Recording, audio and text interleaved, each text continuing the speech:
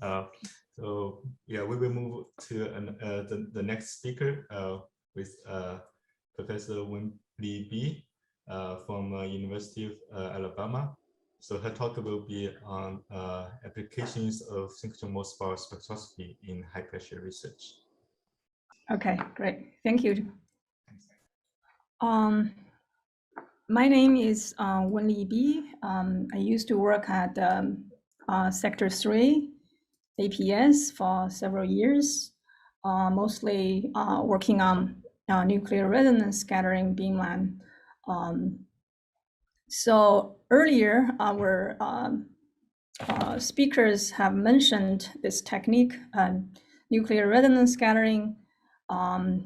Urgent Alp gave an overview on Tuesday, and Jennifer Jackson just showed excellent examples of applications of nuclear resonance scattering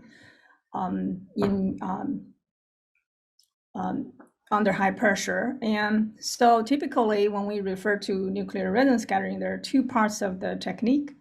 One is a nuclear resonant inelastic X-ray scattering, and another part is synchrotron Mössbauer spectroscopy. So today, I'm gonna give you first the introduction of the technique and how it's achieved, the physics principles, and I will move on to give you 3 examples of studies of valence and magnetic transitions in using especially iron 57 and European 151.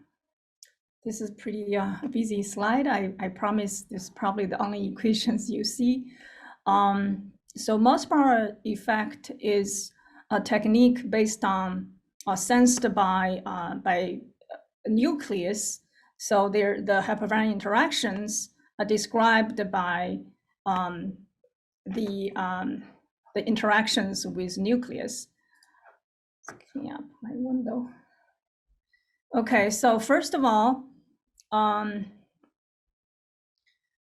one of the 3 basic hyperfine parameters is called isomer shift. I think we have heard many times already. So the isomer shift is just the electron density at the nucleus, because the nucleus is not really a point charge. So you would see some electronic density at the nucleus level, the nucleus around the nucleus position. So the isomer shift is just a reflection, mostly the S electron density at the nucleus, but is also impacted by other electronic wave functions such as PDF electrons. So typically in the lab, you would see something like this, just a singlet shows a shift. So this shift here is a relative value. So it's just the electronic density, the difference between the source and the absorber. So we'll come back to the source in the next slide.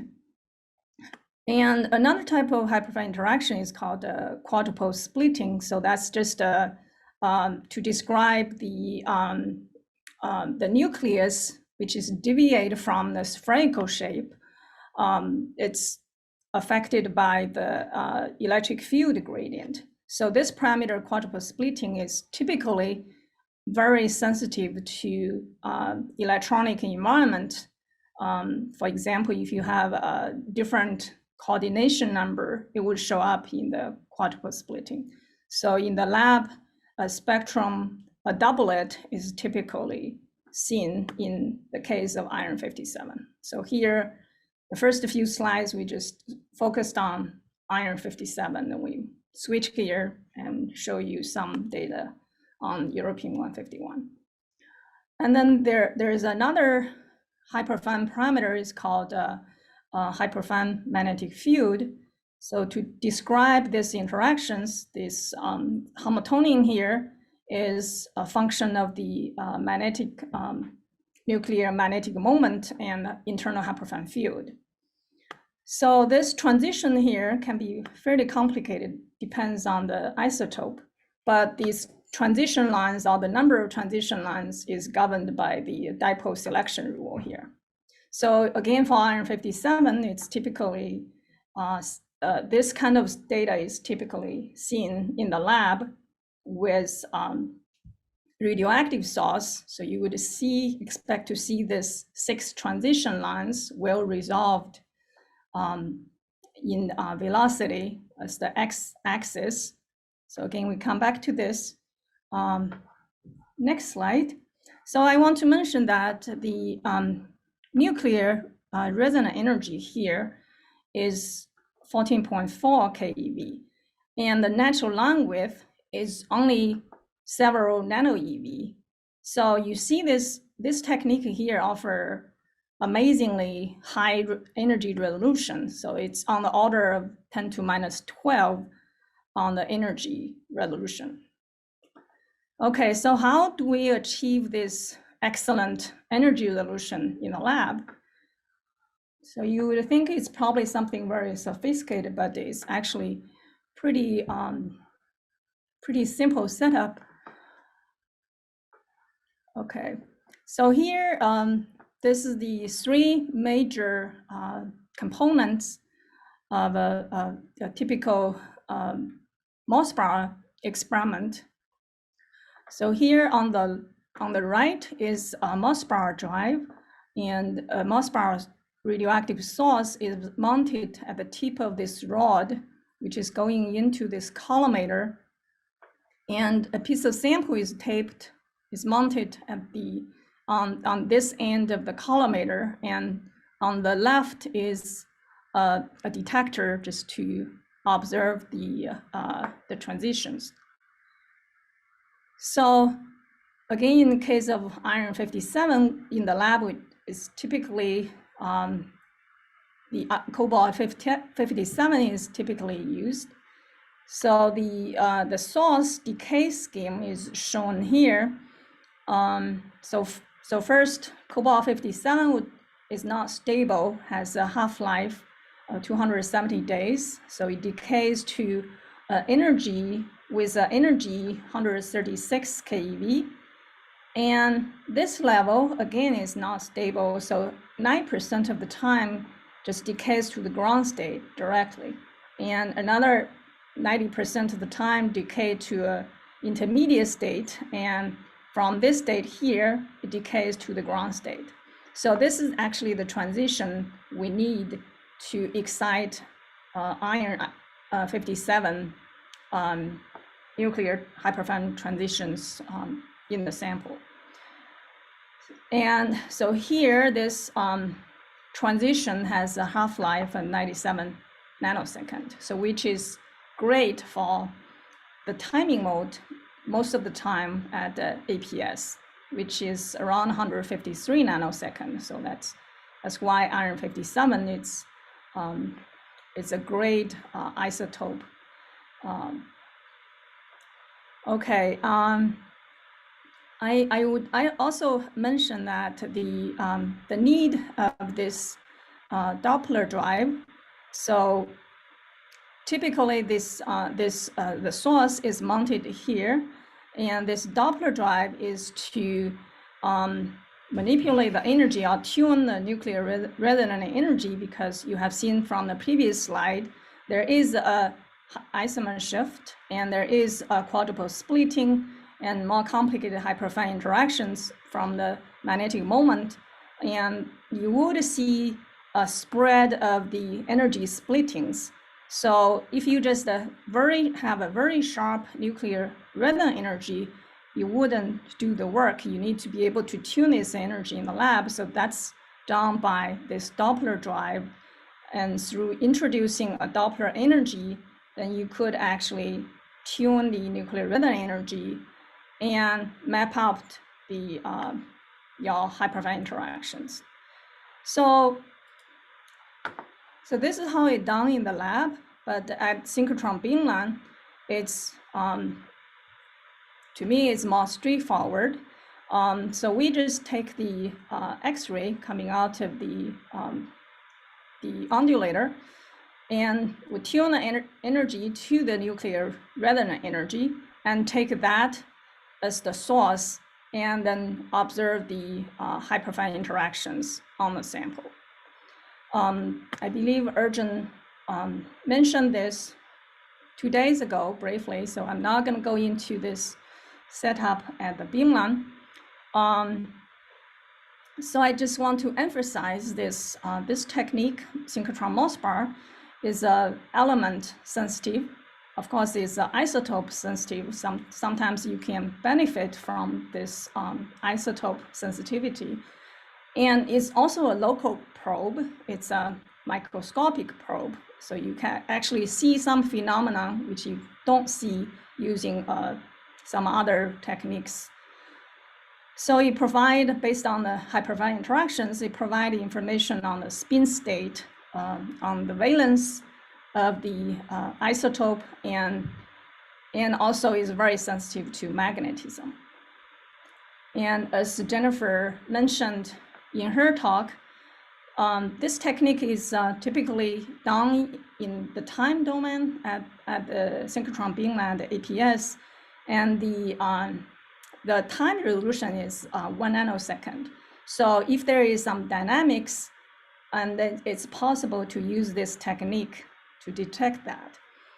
And of course, the synchrotron X-ray is compatible with extreme sample environment, especially in this case for synchrotron Mössbauer experiment, because the beam is milli-eV level, so it's also compatible to extreme temperature environment. For example, if you want to, in some case, you want to study some phenomenon below 1 Kelvin. So in sub-Kelvin regime, this is a great tool. And also is compatible with the external hyperfine field. In fact, at the sector 3, we used to also install a superconducting magnet shown in this picture here to do some work on the high magnetic field. I want to mention there are 5 isotopes available at APS at this 3 beamlines, 3 ID, 30 IDB, and 16 IDD. Okay, so the next few minutes, I would like to give you some examples of magnetic studies and also valence transitions in case of iron minerals and europium-based magnet. Okay, so the first example is greigite. So Fe3S4 is analog of the magnetite.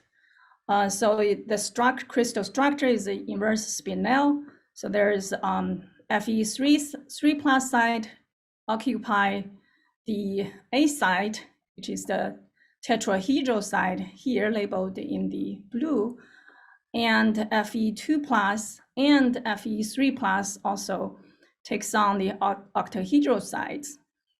And there are 2 different octahedral sides. And in addition, this system, similar to the magnetite, is also magnetic. So we, a couple of years ago, John Tsay and the Sector 3 crew did magnetic studies of greigite under high pressure and also under pressure and low temperature to look at the magnetic transitions.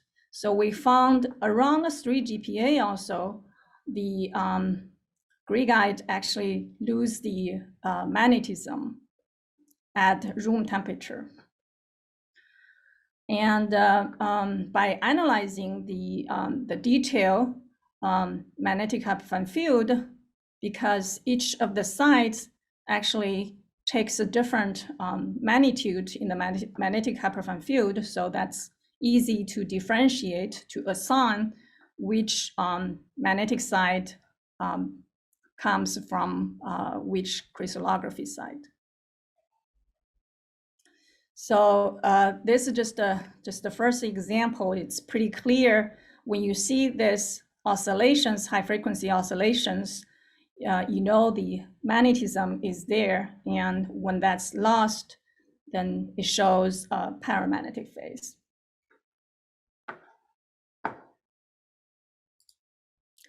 Okay, another example is iron hydride. So this was a collaboration with Victor Strucken's group.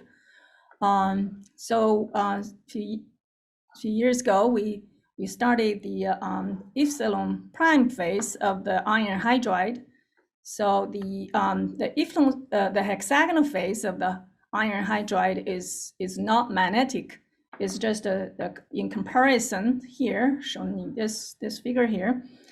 So this phase, this is the epsilon HCP of iron is not magnetic. Is the under pressure above 12 GPa, the iron lose the magnetism, and by inserting hydrogen atoms in this crystal lattice in the hexagonal crystal, you could have a double hexagonal crystal structure. And in this case here, the iron takes on two different sides. So that's shown reflected in the Mössbauer data as well. So if you model this Mössbauer data, and you could differentiate the iron 1 side and iron 2 side. So that's shown here in the plot, the lower panel. So the different sides actually shows a different magnitude of the hyperfine field. And this study here shows the two sides, iron 1 and iron 2 sides, actually undergoes different transition or different phase transition at very different critical pressure.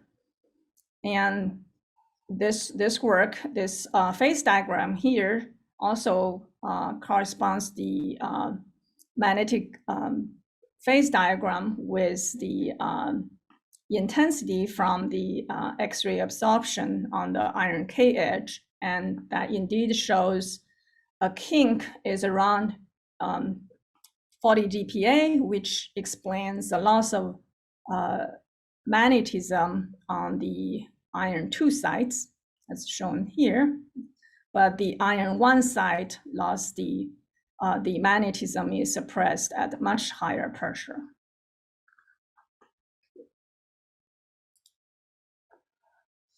Okay, I also want to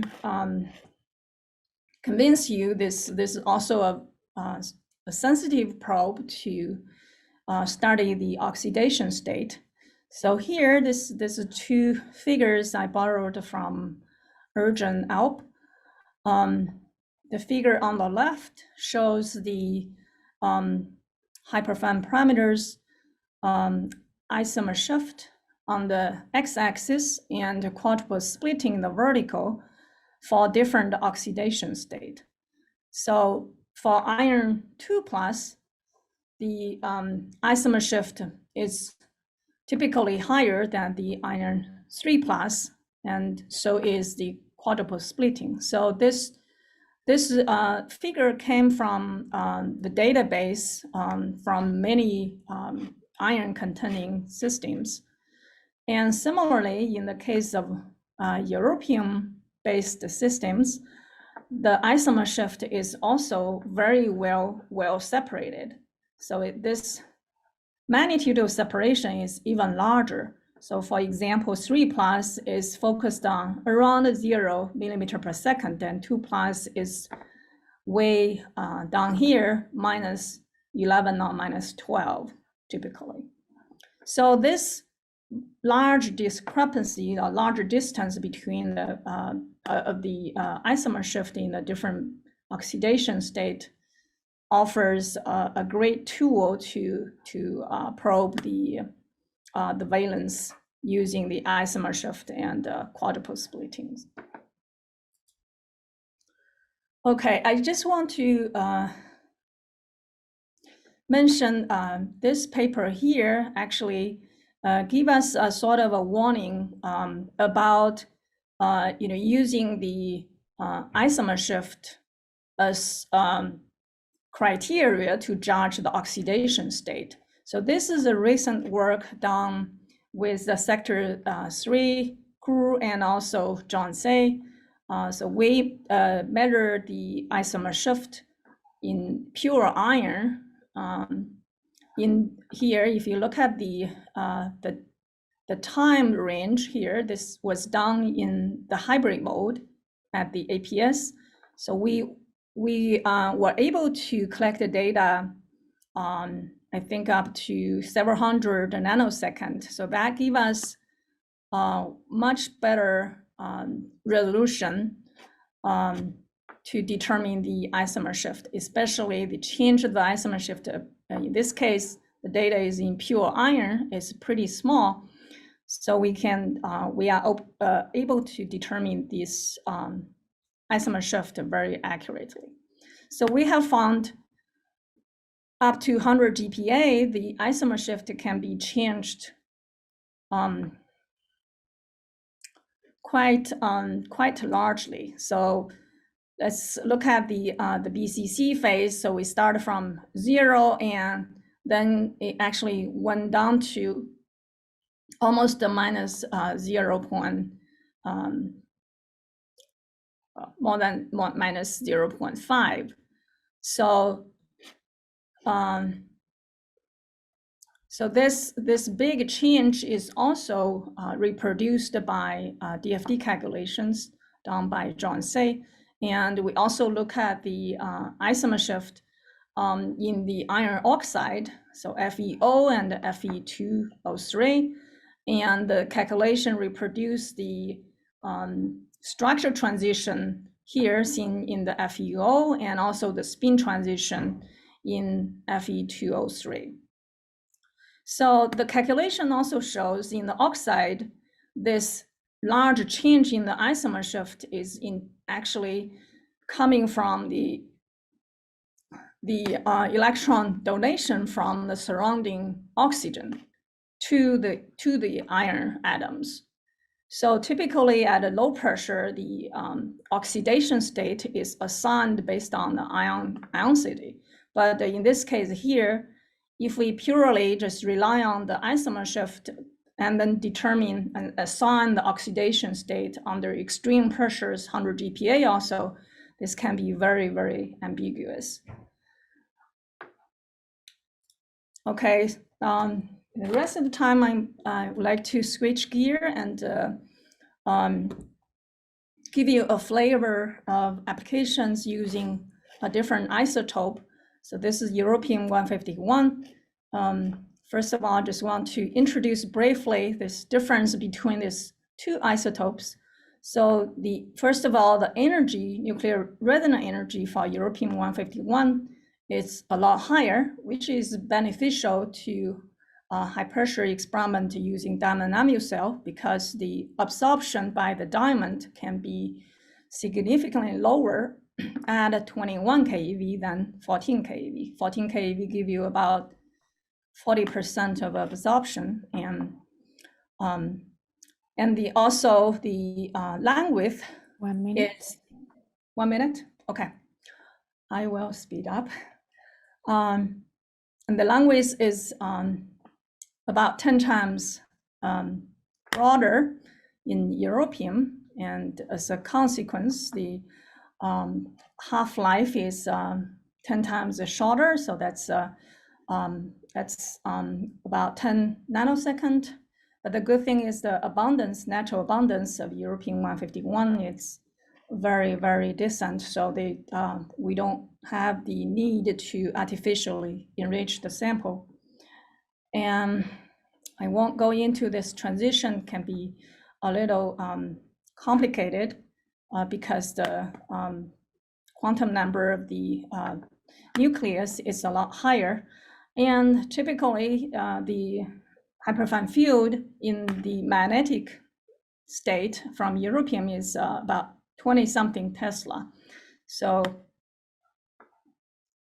that's I'm just gonna move on and to flash you some typical European data.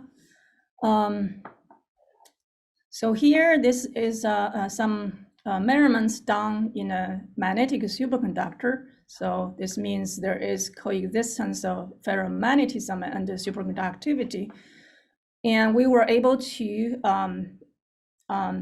measure the magnetic ordinary temperature and determine the hyperfine field, the strength of the hyperfine field under high pressure. And also by placing a reference sample in the beam, we were able to determine the isomer shift. So based on the isomer shift value, we can do a estimation on the isomer on the valence state. So which gives us about 2.44, so it's an intermediate valence state. And so just keep in mind that isomer shift is not a direct measurement of the valence state because, as I mentioned earlier, the PDF electrons have some shielding or anti-shielding effect on the inner S electrons. So the to give some information, more direct information on the valence, we also did X-ray absorption measurements at the European L3 edge. So we indeed, by analyzing this data, simply by modeling the data with Lorentzian function and a step function, we were able to estimate the valence from the X-ray absorption data. And by comparing the results from the X-ray absorption and the isomer shift, actually the valence value from these two techniques agreed pretty well, which is not a typical case. We have studied several other European-based systems. Very often, these two values do not agree with each other. So here is strikingly consistent. And of course, by this, combining all the information, we can construct a phase diagram, including the magnetic ordinary temperature, the valence state under high pressure. So this is, I want to show, hopefully I give you a flavor of the applications. I would like to thank the collaborators at the Sector 3, my graduate student, Zachary Nix, and Dr. Yogesh Vora at UAB Physics, and the Sectors 13 staff, and also Sergey. I would like to thank Sergey for generous support on the gas loading, and Yuming and Paul for the help in the X-ray absorption experiment. And the sample, the European sample, was grown by Dr. Cao's group from Zhejiang University. I know I'm over time, but I want to take this opportunity to mention a postdoc position in my group at UAB. If you have anyone is looking for a postdoc position, please help to spread the word. Thank you. Thank you very much, Wenli. So we will see if we have any questions from the audience. Yes. Yeah, I have a quick question. Probably Urchin has already answered that. So what would the EPS upgrade affect the synchrotron Mössbauer measurement at 3 IDB or IDD? Yeah, I think Urchin addressed that on Tuesday. I think there are many benefits. The beam will be much smaller. Then we are able to study a lot of materials under extreme pressures above 200 GPa. My only concern is the timing mode, but I'm not exactly sure that's finalized, still under discussion. Maybe Urchin can answer this question. Thank you. We have another quick question probably from Dan. So I will, then we can move on. Wenli, can you hear me? Yes. Yeah, thank you so much for the nice talk. I'm curious about the work that you presented for the iron oxide and Fe2O3, that gives the measurement looks really high quality, and I'm glad that the that you know this type of work has been done. My question is, you know, you show you discuss isomer shift, but can you comment on the quadruple shift, whether that could still remain as an index for the oxidation state or not? I think the quadruple splitting is typically combined when you assign the oxidation state is combined with the isomer shift value. So not just simply assign the oxidation state or the spin state based on one parameter. Because, so for example, here, although the 3+, the isomer shift is typically far apart from the 2+, but the quadruple splitting has some overlap region. So I think combining these two probably give a more definite answer.